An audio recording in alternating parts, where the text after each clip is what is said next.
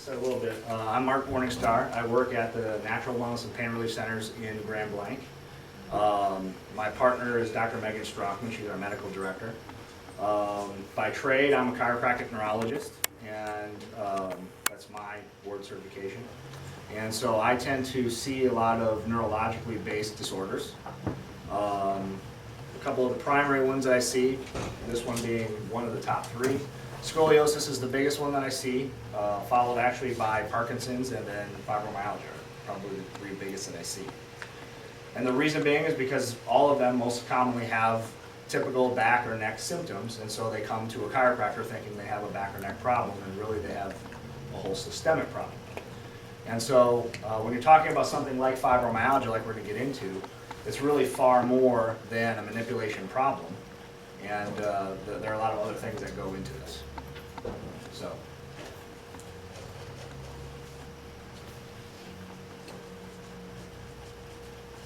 Basically, when we look at fibromyalgia syndrome, I look at it as a series of factors.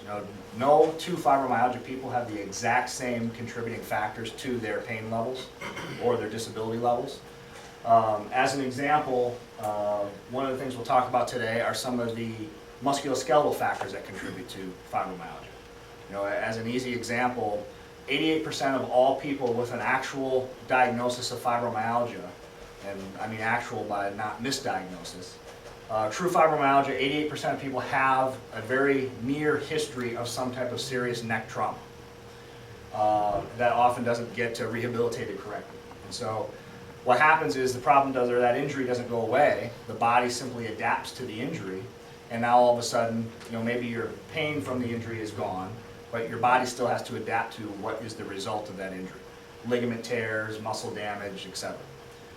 So, that's one factor. There are several other chemical factors at the same time, or metabolic factors, that also contribute to fibromyalgia. One of the things that I also want to talk about today, that I think in our office anyway is very important, is that there are a couple of very common things that actually are being diagnosed as fibromyalgia, but are probably not fibromyalgia in a lot of cases. And we're going to talk about those at the end. One of them is Lyme disease, and one of them is fluoroquinolone toxicity. And so we'll talk about those today as well. So, now, how many of you in here have been diagnosed with fibromyalgia? Okay, a good portion. Name me some things that you guys do treatment-wise, or have tried, or are currently doing. Conventional or not conventional. Physical therapy. Okay. And I use Physical therapy consisting of what? in the water. Okay, aquatic therapy. Okay. Right, but it's, Well. I'm having acute pain in the left shoulder that I've had since 1989. So I thought, I better go to physical therapy. And in the water, it's hard to do the exercises, but it's easier, I think, than doing it on land. Okay. Because you have the warmth of the water. Sure. And you don't have the gravity compressing your joints like you would out of Right. water. Sure. Anybody else? Anybody else want to admit? I'm doing physical therapy core exercises, Okay. and I'm taking Cymbalta, Lyrica, and Vicodin.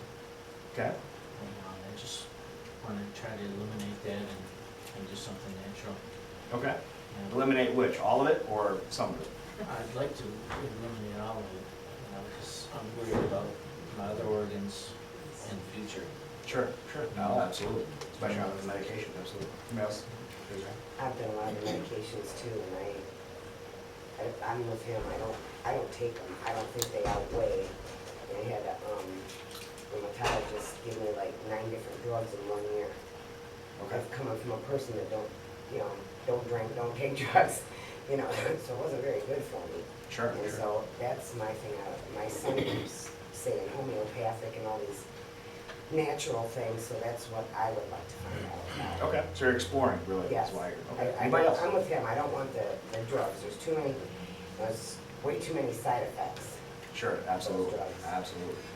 I'm on Cymbalta and I go to a chiropractor. Okay. And what do you do at chiropractor? What do I do there? Yeah. Or what do they do for you? Just adjust me and Okay. work on my back. So manipulation primarily. Yeah. Okay. Yeah, myself, I went through some of the medical treatments too. Okay. But, chiropractic, and then I started with integrative medicine at Beaumont. Mhm. She's an MD, she does acupuncture.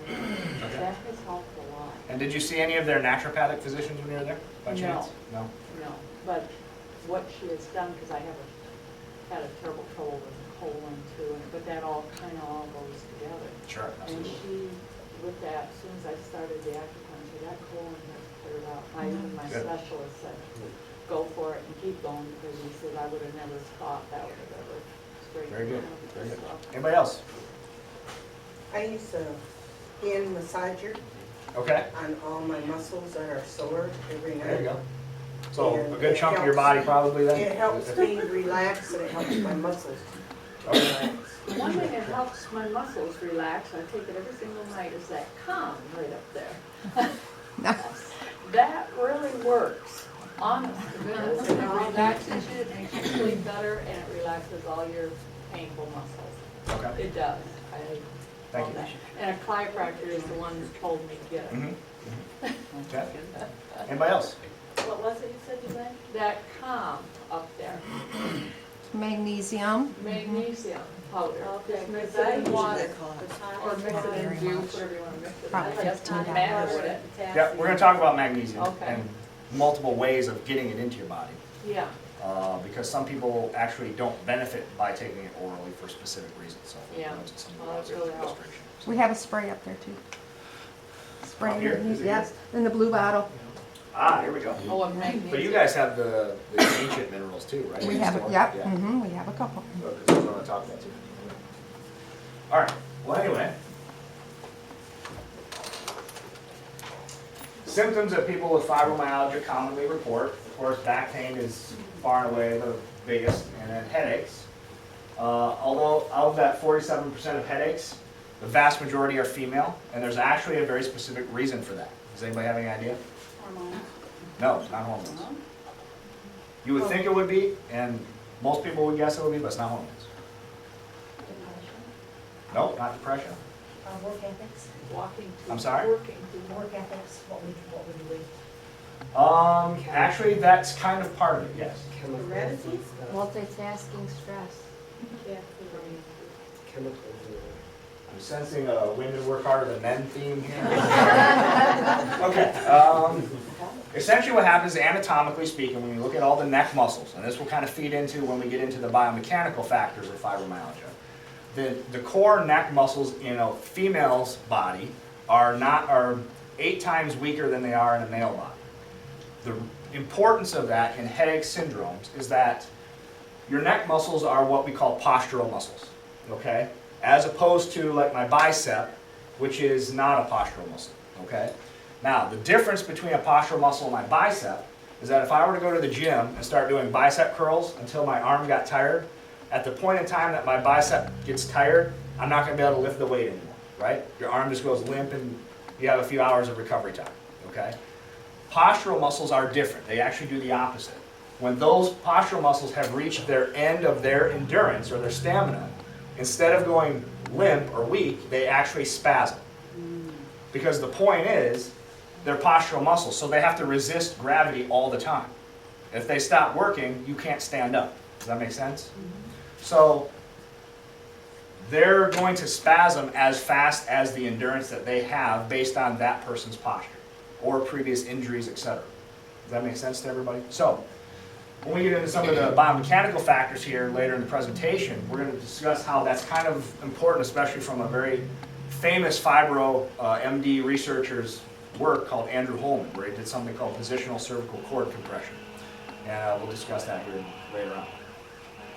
But of course, these are disorders that a lot of people talk about, and I think this list is a perfect example of why a lot of people get lumped into fibromyalgia. Is there anybody here who feels like they've been labeled with fibromyalgia just because their doctor or doctors just didn't have any other option? Kind of like, you know what, I don't know what you have, so you have fibromyalgia. Is pretty much what they might as well have said. Or we suggest we have it and then they agree. I'm sorry, say that louder. We suggest we have it and then they agree with us. Okay. You know, All right. because they don't know what's wrong with us. And then they tell me, my doctor tells me, Well, you're just getting older, you're exposed to have pain and everything.